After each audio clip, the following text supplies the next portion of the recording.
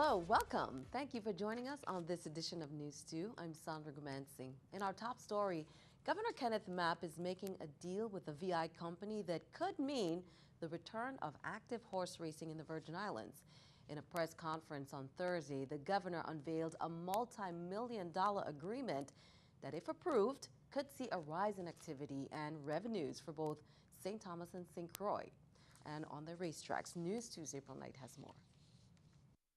Horse racing in the Virgin Islands is poised for a big comeback. That's if a deal between the Virgin Islands government and a VI company goes through. Change the conditions and the facilities under which the people of the territory could enjoy horse racing and which can be a significant boom to the economy. On Thursday, Governor Kenneth Mapp announced a deal with the company VIGL, which will make extensive improvements on the Randall Doc James racetrack on St. Croix and the Clinton Phipps track on St. Thomas. VIGL, a local company currently operating St. Croix's Caravel, will invest some $30 million up front. It will pay tens of thousands in fees to the government annually, as well as pay rent to the racetracks in a separate agreement. It will pay rent for the Randall Doc James track of $108,000 per year and $24,000 per year to rent and lease the Clinton Phipps track. Under the agreement, there will be no tax exemptions for VIGL. The company will pay around 25% of its revenues to the VI government in taxes. Before this deal can move forward, the VI government needs to resolve its dispute with Traxco on St. Croix. And according to the governor, VIGL, the government, and Traxco were able to come up with an agreement to make that happen. Traxco will settle the litigation with the government and renounce any claim to operate the St. Croix racetrack in exchange for the right of the parent company, Treasure Bay VI Corporation, to operate a racino on the racetrack premises at the Doc James track until VIGL's agreement is approved. Reporting for News 2, I'm April Knight. Innovative is giving back to the Virgin Islands public education system in a big way. On Thursday, Innovative's president and CEO, Alvaro Pilar, handed over a check worth $200,000 to Education Commissioner Dr. Sharon Ann McCollum and Governor Kenneth Mapp. The money would go toward the department's STEM and vocational initiatives. Here's more. The money will be divided between STEM, which we will be putting $50,000 towards that. But the bulk of the money will be going into our vocational education training. We will be training students to come out with certification in areas of technology that will benefit Innovative as well. At the end of the day, I need people here that are prepared. I need to be here and look around and be able to contract local people. I want the local people to work in our company because it's your company. So at the end of the day, any cent that we invest on the employment here on education is going to be something that's going to help not only Innovative, but it's also going to be able to help USBI. You know, Innovative has always been engaged and involved in the community, especially when it comes to educational initiatives. And it's more than just a check. We will be reaching out to the Department of Education because we have our resources internally that can also help with some of these programs. In other news, it was a confusing Thursday morning for taxi drivers working at the Waiko dock. There has been a dispute between Best Taxi, which won the bid to operate within Waiko, and VI Taxi Association, which lost that bid but has worked the dock for many years. That dispute has reached the courts, and on Thursday, an inevitable confrontation occurred. News 2's April Knight has more. It was Best Taxi's first day on the job at the Waiko dock, but it didn't go so well. We got a call basically late last night also to, to just be ready, just in case we were needed on the dock. Raymond Victorine, assistant manager at Blue Executive Services and Transportation, or Best Taxi, said they won the bid for Waiko fair and square. But the VI Taxi Association, which has been operating the Waiko dock for years, filed a complaint with the Superior Court. The court issued a TRO stopping Best Taxi from operating at Waiko and allowing the VI Taxi Association to continue to operate. That TRO was lifted last night, and for the the first time on Thursday morning, WICO enforced its agreement with Best Taxi, keeping out VI Taxi Association drivers who were not aware of the development. Some of VI Taxi members and board members was under that. Some of the dispatchers was here and they had no clue what was going on. In spite of the dispute, Victorine says Best Taxi tries to maintain a positive outlook and to offer good service. The WICO contract is drawing more taxi drivers to Best Taxi, which according to Victorine currently has 200 people. Now we're getting so much call right now, it looks like we want to be over 300-400 members, but we have to put a stop basically on how much members we got. As of Thursday afternoon, the VI Taxi Association has not received notice of a decision from the Superior Court. Reporting for News 2, I'm April Knight. Count on 2, we will have more on this dispute in a later newscast.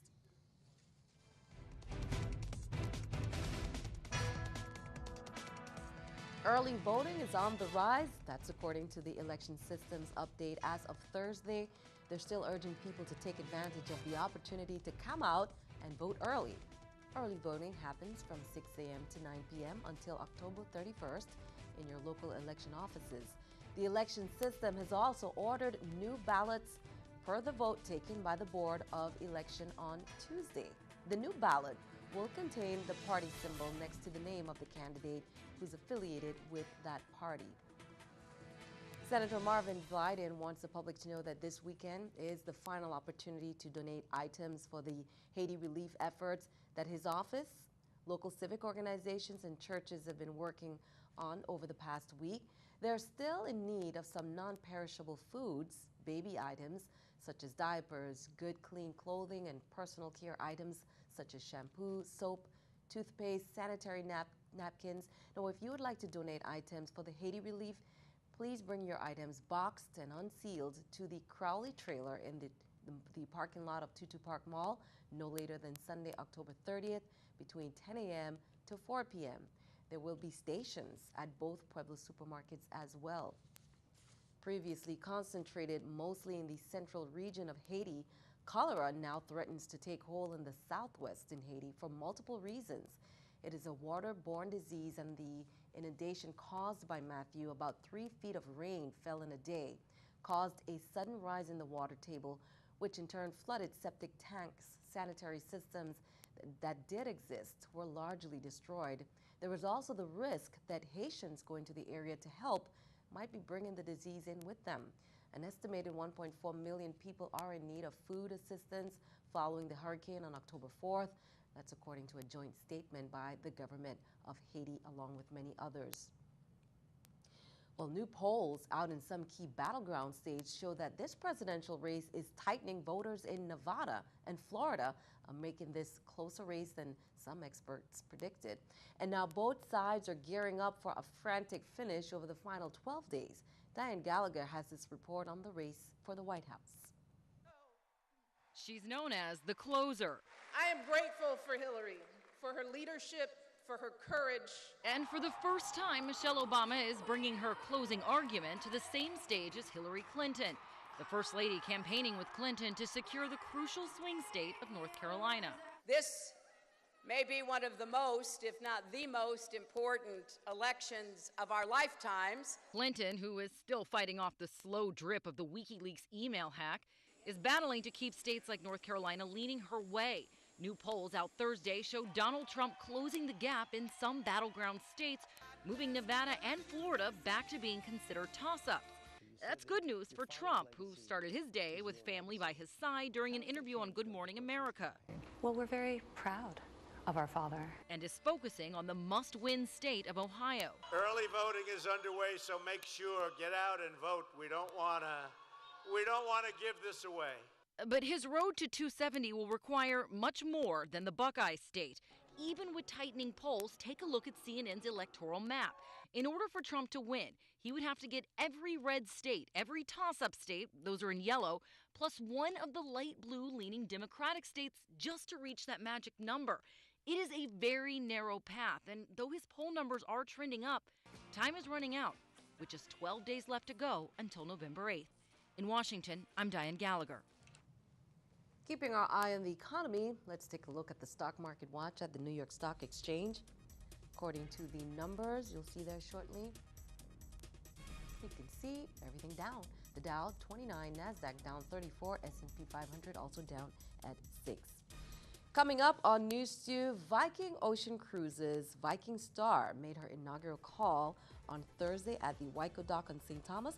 We went on board for the reception.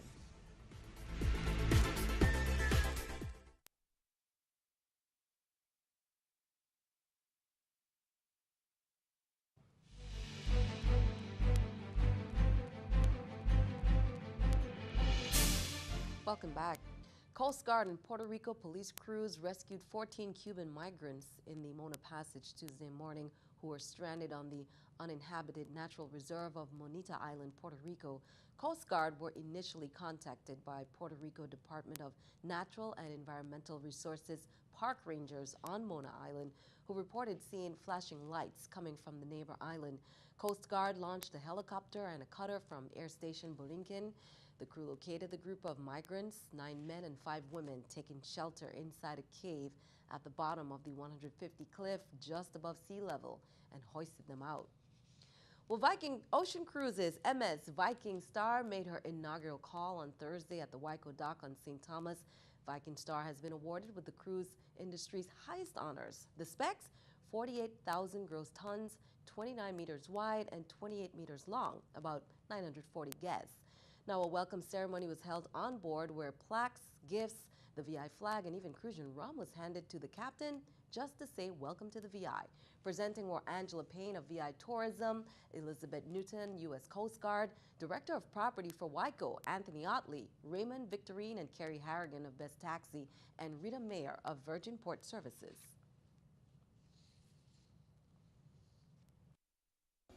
We are Premier Cruise Line. We take guests in average age 40, 50, 60, 65 years old, international guests around the globe in the most busy and the most exotic ports we can possibly find.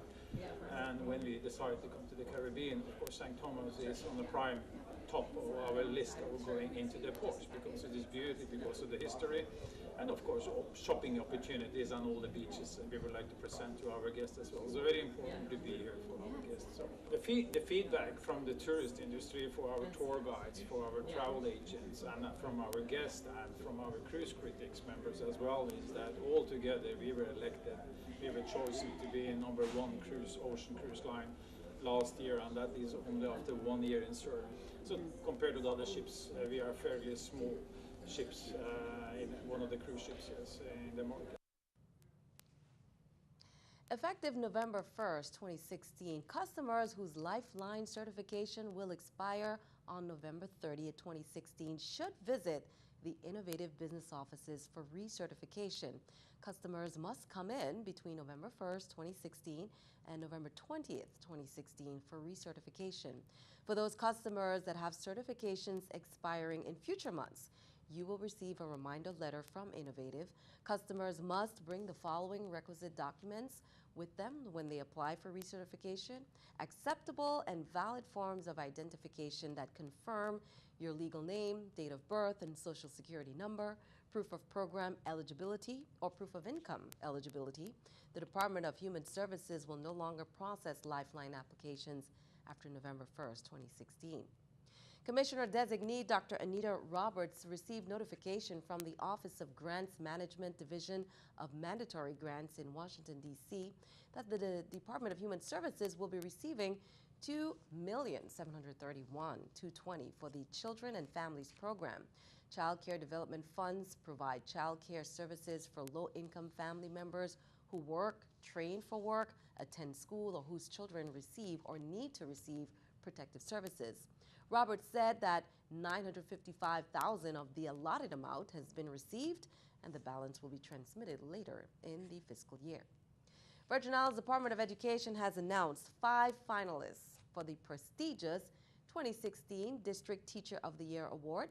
The winner will be announced at a reception at Government House in Christiansted this Sunday, October 30th.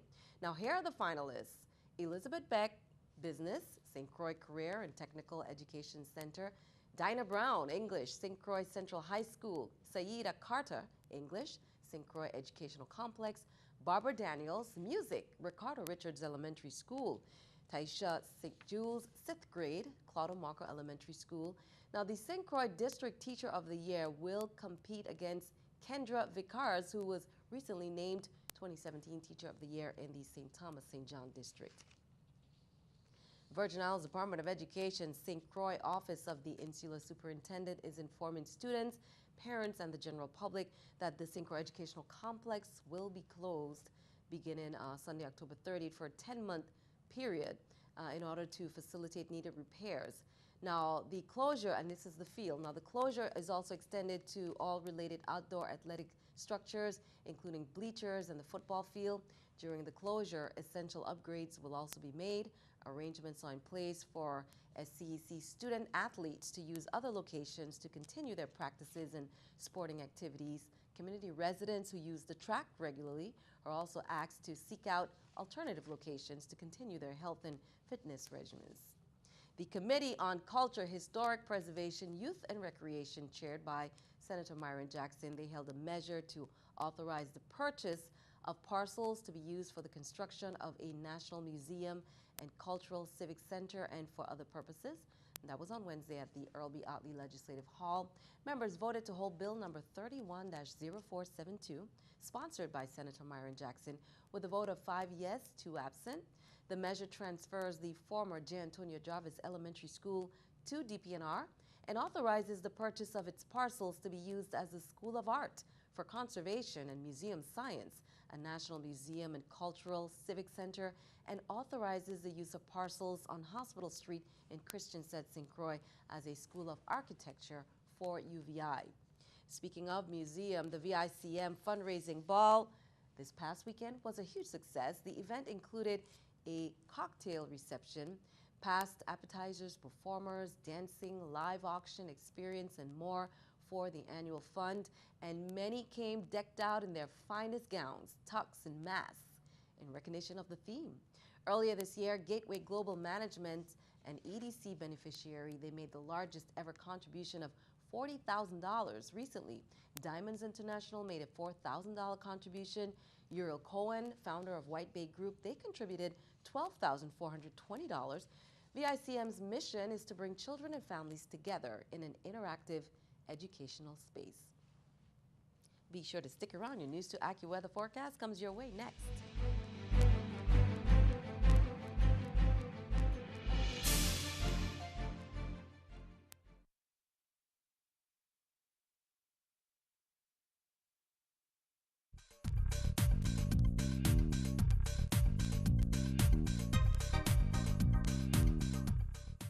A little bit of extra moisture sitting off to our north this afternoon. That led to more widespread cloud cover and a better chance for some showers.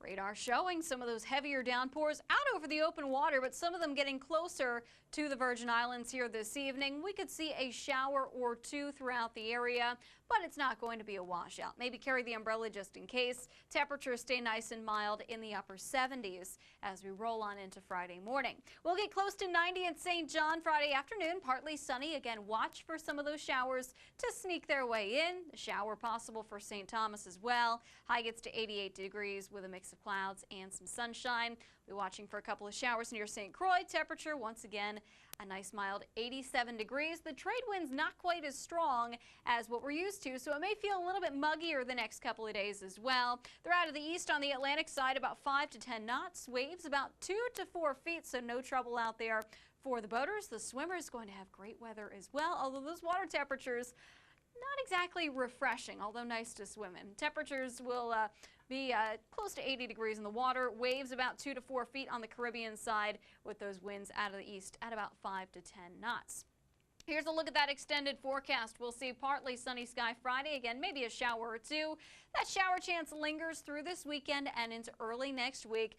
It's that trade wind pattern where the east wind pushes in moisture right off the Atlantic, sets off a few afternoon showers, but most of the day, most days anyway, will stay nice and dry. Still expecting a fair bit of sunshine, some beautiful sunrises and sunsets as well. High temperatures in the upper 80s all the way through the weekend into early next week. Low temperatures don't change all that much either. Very mild, will be in the upper 70s, but again with that weaker trade wind, feeling a little bit muggy. Sandy, back to you. Thank you for that. Let's take a look at our News 2 weather picture there by Denara Thomas. Ricardo Richards Elementary School student, and she likes simple things like getting outdoors and having some fun in the sun. And we are getting closer to the weekend, so you may get your opportunity to do so. Denara, hope you have a wonderful week. Send us your News 2 weather picture to the address on the screen. Be sure to include all the information we need, and then tune in to see it right here on News 2. And that is all for now. We'd like to thank you for joining us. We will see you next time. Have a wonderful evening. I'm Sandra Gomez, and we'll see you next time.